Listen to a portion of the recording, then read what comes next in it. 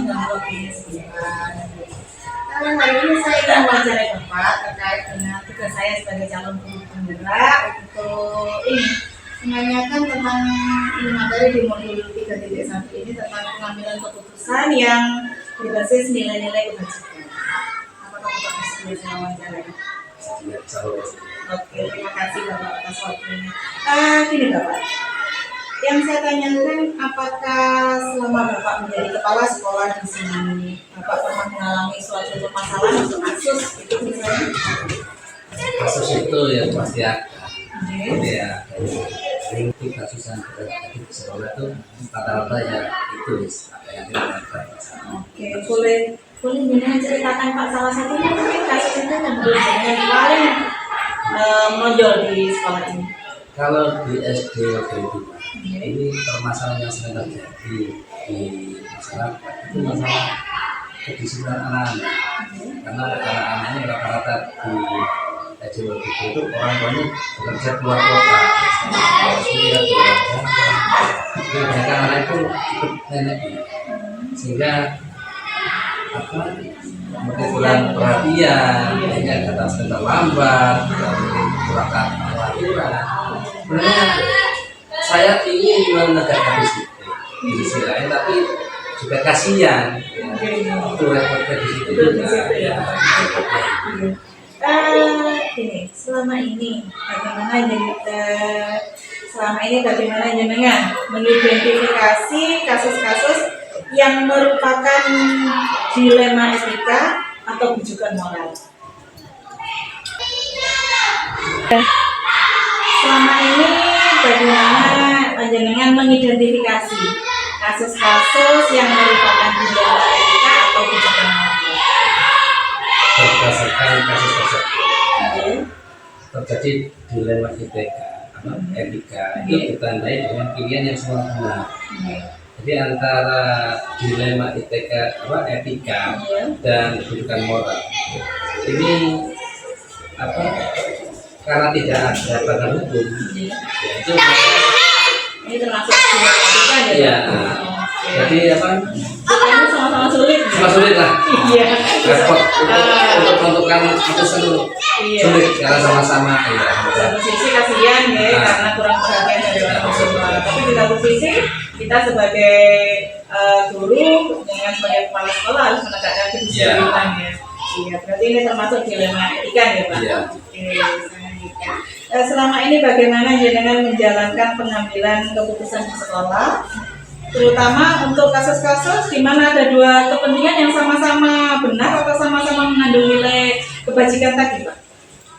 Kalau mengatasi kasus yang ada di sekolah SD 2, selama ini saya tidak pernah melakukan sendiri.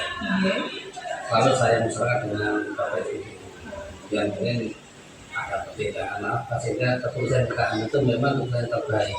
Jadi melalui musyawarah tadi ya Pak. Oke. Untuk langkah-langkah Pak atau prosedur seperti apa yang biasa jenengan lakukan selama ini? Seperti yang kita sampaikan, bahwa setiap permasalahan yang ada kita selalu solusi itu ya melalui musyawarah dengan orang. Tapi yang kita lihat permasalahannya itu apa. Nah, kita bicarakan, setelah itu setelah kita rapatkan ada keputusan. Nah, keputusan ini kita sampaikan ke orang tua dari yang bersangkutan. Ada tindak lanjut. Iya, tindak lanjutnya. Hal-hal apa saja yang selama ini jenengan anggap paling efektif dalam pengambilan keputusan pada kasus-kasus dilema etika? Hal yang sangat efektif ya dalam pengambilan keputusan di sekolah itu adalah komunikasi yang baik dengan jadi nomor satu komunikasi itu tadi ya Pak. Oke, lanjutnya Pak, hal-hal apa saja yang selama ini merupakan tantangan dalam pengambilan keputusan pada kasus-kasus dilema etika? Terutama yang jadi permasalahan dilema etika di SD saya itu karena dari faktor lingkungan dari orang tua yang kurang mengerti pentingnya pendidikan, ya sehingga berdampak pada anak-anaknya ya. kurang Jadi memang perhatian. kembali ke lingkungan ya, lingkungan Kurang sekitar. perhatian. Oke. Mereka kan sibuk bekerja, Hmm. ke semangka dan sebagainya. Mereka kurang perhatian ke anak-anak. Apakah jenengan memiliki sebuah tata krala atau jadwal tertentu lah dalam sebuah penyelesaian kasus dilema etika? Apakah Anda langsung menyelesaikan di tempat atau memiliki sebuah jadwal untuk menyelesaikannya? Bentuk atau prosedur seperti apa yang jenengan jalankan selama ini? Kalau jadwal khusus nggak ada. Nggak ada. Jadi kalau ada permasalahan-masalah dilema etika, Iya. itu biasanya saya langsung berkoordinasi dengan Dalam guru. ya yang terkait dengan yang berhubungan. Oh, Langsung. Oke, intinya tidak ada jadwal khusus Tidak ya. ada. Oke, sebagai adakah seseorang atau faktor-faktor apa yang selama ini mempermudah atau membantu jenengan dalam pengambilan keputusan dalam kasus-kasus dilema etika? Yang pertama Bapak Ibu guru itu yang membantu saya selama ini. Iya, untuk Pertama Bapak Ibu guru. mengambil keputusan Iya. itu nih, berarti bukan otomatis dari jenengan Oh, pribadi tidak, langsung tidak, nih. tidak. Oh, Saya tidak gitu. mau otoriter. Oh, gitu. Tetap demokrasi yang Iya, kita iya. tegakkan. Musyawarah di atas Iya, segalanya gitu betul, Pak. betul. Oke, yang terakhir Bapak, dari semua hal yang telah disampaikan tadi, pembelajaran apa yang dapat jenengan petik dari pengalaman jenengan mengambil keputusan dilema etika? Pertama kita lihat dari lingkungan sekolah. Iya. Jadi dalam mengambil keputusan sekolah itu budaya lingkungan sekolah itu apa, bagaimana. Jadi harus memperhatikan dalam mengambil keputusan harus memperhatikan Lingkungan. budaya lingkungan sekolah. Di sekitar kita Nah, ya. yang pertama itu tentunya. ya lingkungan sekolah. Oke, terima kasih atas waktunya Bapak untuk Ya. wawancara kita kali ini. Semoga ilmu yang jenengan tularkan ke saya bisa bermanfaat untuk saya ke depannya. Ya. Terima kasih sekali lagi Bapak. Assalamualaikum Bapak. Waalaikumsalam warahmatullahi wabarakatuh. Ya, mohon maaf saya mengganggu waktunya.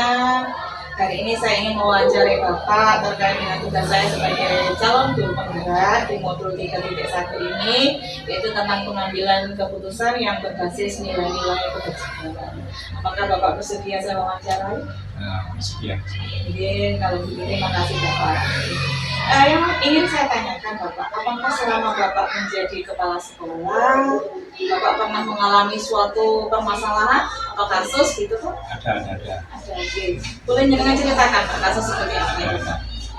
Seperti ini, saya pernah menghadapi ini adalah begini. Saat pengambilan keputusan agar membuat nilai anak melebihi KKM, maka saat pengisian rapot untuk menghindari tidak emergensi, sehingga saya mengambil keputusan agar membuat nilai anak melebihi dari KKM. Berarti mengangkat nilai di atas yang di bawah KKM menjadi di atas KKM, bukan ya Pak? Oke. Pertanyaan yang pertama untuk Bapak, selama ini bagaimana jenengan dapat mengidentifikasi kasus-kasus yang merupakan dilema etika atau bujukan moral?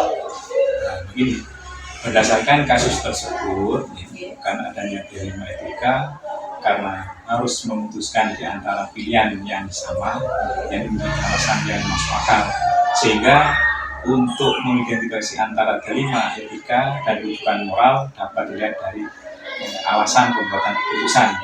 Nah, jika ada alasan yang masuk akal dan dibenarkan, maka masuk ke dalam dilema etika. Sedangkan jika alasannya tidak masuk akal, tidak sesuai, maka masuk ke dalam rujukan moral.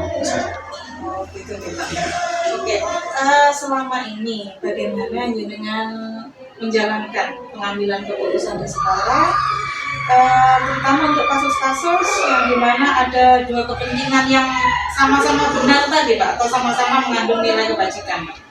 Begini, saya dalam menjalankan pengambilan keputusan harus dimusyawarahkan dulu dengan Dewan Guru. Jadi dimusyawarahkan dulu dengan seluruh Dewan Guru. Jadi sebelum mengambil keputusan jangan mengadakan rapat dulu gitu.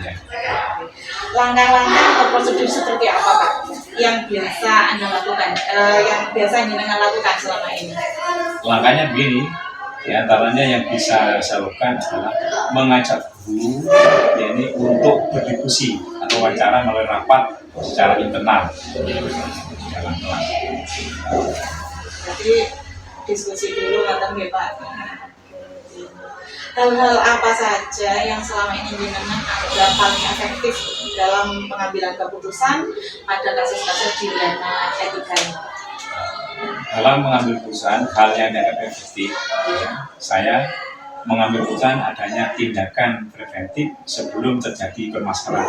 Jadi sebelum dalam mengambil keputusan adanya tindakan preventif sebelum terjadi permasalahan itu.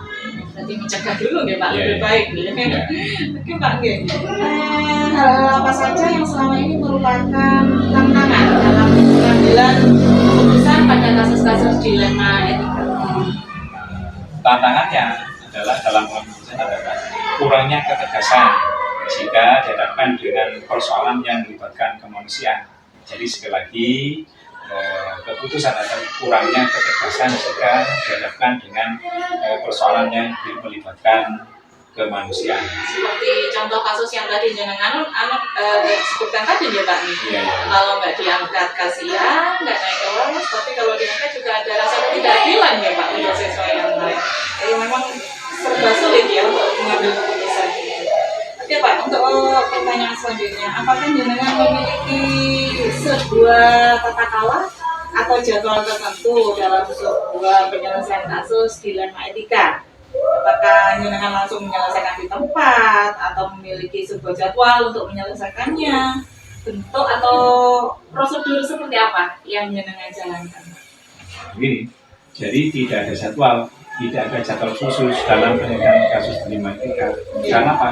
Karena langsung diselesaikan dengan melakukan koordinasi dengan seluruh guru. Jadi langsung diselesaikan dengan melakukan koordinasi dengan seluruh guru. Tidak ada jadwal khusus. Adakah seseorang atau faktor-faktor apa yang selama ini mempermudah atau membantu jenengan dalam pengambilan keputusan dalam kasus-kasus dilema etika? Ini biasanya yang membantu untuk memudahkan dalam pengambilan keputusan adalah teman-teman atau dewan guru. Jadi tidak sendirian, di sekolah tidak sendirian, jadi diambil bersama keputusan dengan rekan-rekan guru.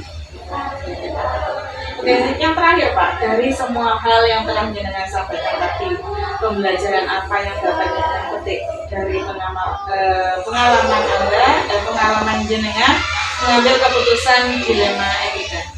Ini, jadi yang dapat saya ambil, pembelajaran yang bisa diambil, tidak semua yang kita anggap benar itu benar. Karena apa? Karena harus dilihat dari berbagai sisi. Jadi selagi yang bisa saya ambil adalah tidak semua yang kita anggap benar itu benar. Karena apa? Karena harus dilihat dari berbagai sisi. Terima kasih Pak atas waktunya untuk wawancaranya hari ini. Mudah-mudahan menjadi ilmu yang bermanfaat bagi saya ke depannya tentang pengambilan keputusan yang terkait dengan dilema etika ini. Terima kasih atas waktunya Bapak. Terima kasih sekali lagi. Saya ucapkan